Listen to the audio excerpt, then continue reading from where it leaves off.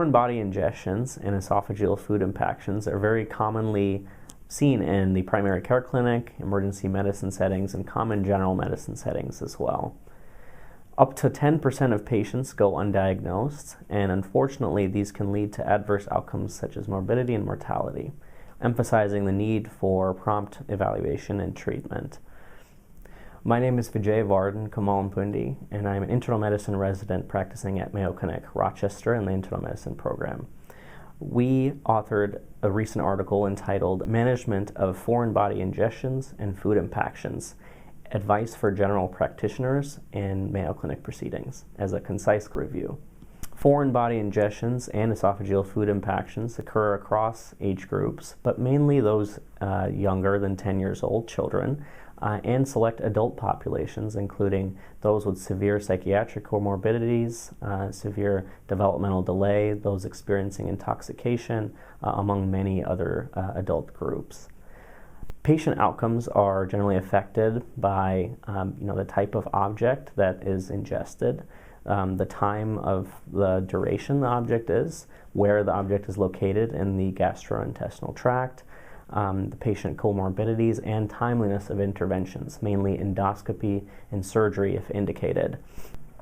Management guidelines currently are limited based on the difficulty of studying the subject. There are very few randomized controlled trials on the subject. We summarize in our concise clinical review many professional society guidelines, but mainly those from the American Society of Gastrointestinal Endoscopy in how to manage esophageal food impactions and foreign body ingestions. So we came up with a very simple flow chart with the guidance of the ASGE, summarizing key clinical pearls and how to evaluate someone with esophageal food impaction and foreign body ingestions. So mainly, anytime we see a patient with esophageal food impaction or foreign body ingestion, we have to first assess, is the patient stable? Meaning, are they able to protect their respiratory tract? Do they have dysphagia? Are they drooling? In that case, we suggest, if that is any of those are present, we consider that an emergent indication, and these patients should be intubated and have emergent endoscopy to retrieve the object. If not, then we can take a slower approach and get plain radiographs or CT scans of either neck, chest, or abdomen, wherever the ingestion is located, and then kind of go from there. Now, the ASGE and us, we have kind of stratified different treatment modalities and algorithms based on where the object is located, notably in the upper esophagus, mid to lower esophagus, and past the ligament of Treitz. Most objects, the vast majority of objects, are located in typically the upper esophagus and mid to lower near the gastroesophageal junction, because those are anatomical narrowing points.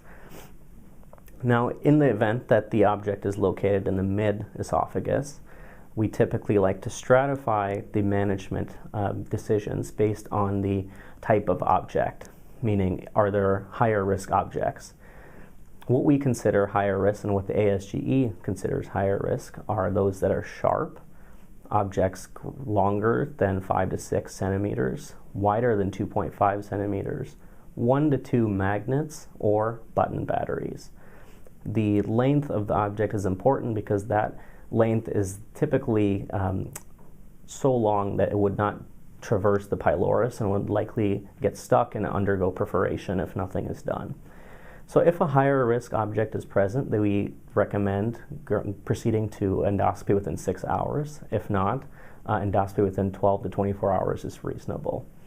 Now, all these patients should have, if mucosal injury is present, a repeat endoscopy after the object is retrieved and close PCP follow-up as well to assess the risk factors that cause the incident in the first place. Now, notably, all patients with esophageal food impaction should have a esophageal biopsy above and below the location of the food impaction because of the prevalence of eosinophilic esophagitis. Now, EOE is very common. A recent study showed that up to 30% of patients, adult patients with EFI, presented with EOE presented with esophageal food impactions. and up to 25 to even 75% of children with esophageal food impactions had EOE.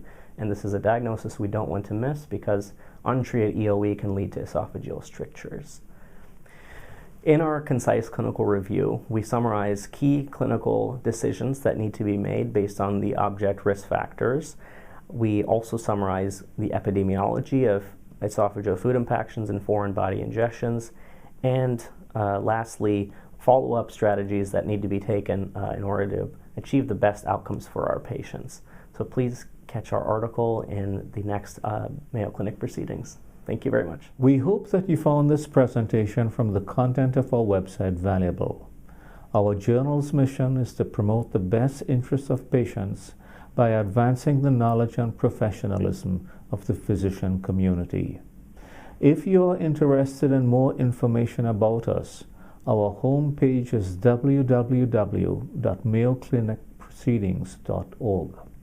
There you'll find access to information for our social media content, such as additional videos on our YouTube channel, www.youtube.com Mayo Proceedings, or journal updates on Facebook, www.facebook.com Mayo Clinic Proceedings.